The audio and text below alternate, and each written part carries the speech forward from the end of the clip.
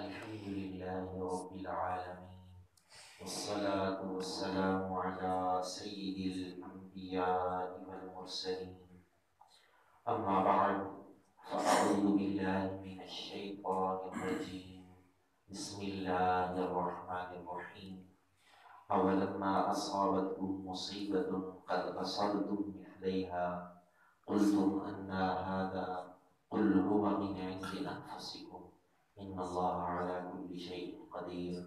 آمنت بالله صدق الله مولانا العظيم. ایک مرتبہ بلند آواز سے درود پاک پڑھ لیجیے. اللهم صل على سيدنا ونبينا ومولانا محمد معظم الجود والكرم وآله وأصحابه وبارك وسلم. رب ذو الجلال نے ارشاد فرمایا اولما اصابتکم مصیبہ، کیا جو تمہیں مصیبت پہنچی ہے قد اصبتم مثلیہا، اس سے پہلے اس سے دگنی تم بھی تو پہنچا چکے ہو.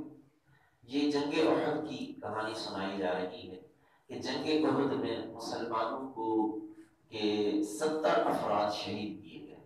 جنگ احد میں مسلمانوں کے 70 افراد شہید ہوئے تو مسلمان پریشان ہو گئے کہ یہ کیسے ہو گیا. اللہ رب العالمین نے فرمایا تم بھی تو کافروں کو اس سے پہلے بدر کے میدان میں اس سے دگنا نقصان پہنچا چکے ہو. 70 کے قتل کر دیے تم نے، 70 کو گرفتار کر لیا، تم بھی تو کر چکے ہو.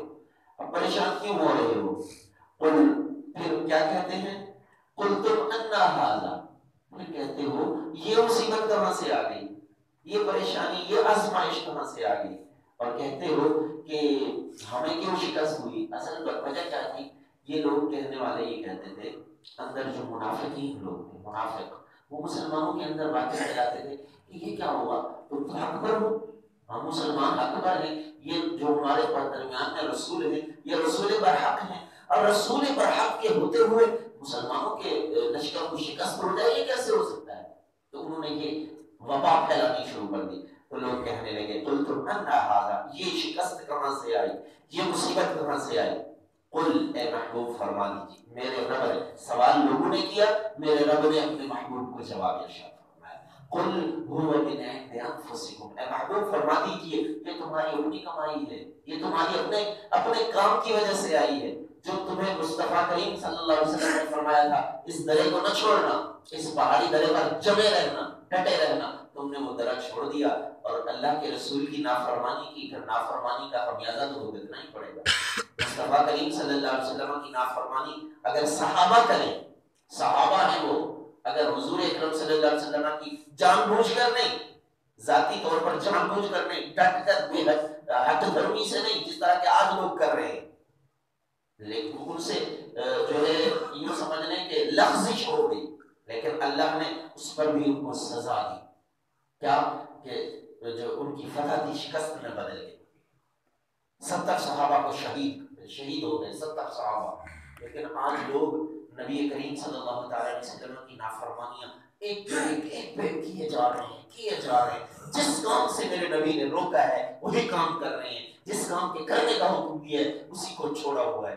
کیسا نظام چل رہا ہے؟ پھر کہتے ہیں ہمارے گھر میں برکت نہیں ہوتی، پھر کہتے ہیں ہماری اولاد فرما بردار نہیں ہوتی، پھر کہتے ہیں ہمارے گھر میں مصیبتیں بڑی آتی ہیں، پھر کہتے ہیں ہمارے گھر میں خوشیاں نہیں ہوتی، غم ہی غم ہے، دکھ ہی دکھ ہے، فلاں کو یہ ہو گیا، فلاں کو یہ ہو گیا، بیماریاں ختم نہیں ہو رہی ہیں، ایک پہ ایک بیماری چلی آ رہی ہے.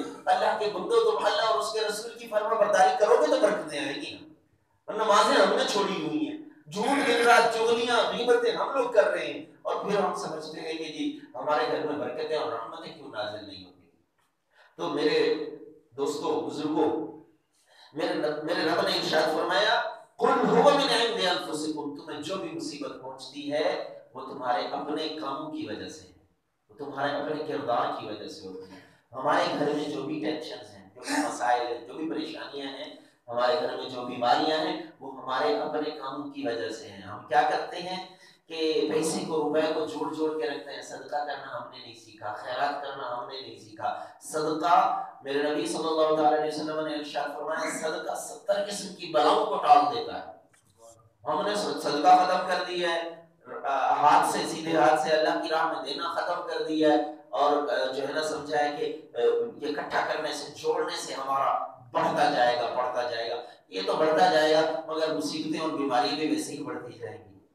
کیا فائدہ اس دولت کا جو 70,000 ایک ایک بیماری پہ لگ جائے اور پھر بھی وہ بیماری درست نہ ہو اور وہ جان ہی لے کے چھوڑے، اس پیسے کو اکٹھا کرنے کا کیا فائدہ؟ اگر اللہ کی راہ میں لٹایا ہوتا تو یہ بیماری نہ آئی ہوتی، ثواب بھی مل جاتا، اجر بھی مل جاتا۔ اچھا ایک اور بات بڑی مزے کی کہ بیماری ہمیں لگتی ہے، پریشانی ہمیں ہوتی ہے اپنے ہمارے کاموں کی وجہ سے، مگر اللہ کا کرم دیکھیے، اللہ کا فضل دیکھیے، بیماری ہمارے کاموں کی وجہ سے لگتی ہے، مصیبتیں ہمارے کردار کی وجہ سے آتی ہیں، مگر اللہ پھر بھی ہمیں اجر عطا فرماتا ہے۔ اس مصیبت پر صبر کر لیا، اس بیماری پر صبر کر لیا، اللہ اس پر بھی اجر عطا فرماتا ہے۔ یہ میرے رب کا فضل ہے۔ میرے رب نے فرمایا ان اللہ علی کل شیء قدیر، بے شک اللہ ہر چیز پر قادر ہے، اللہ جو چاہے کر سکتا ہے، جس کو چاہے جیسے چاہے نواز سکتا ہے۔ رب ذوالجلال کی بارگاہ میں دعا ہے جو کچھ پڑھا سنا اپنی پاک بارگاہ میں قبول فرمائے۔ وآخر دعوانا ان الحمد للہ رب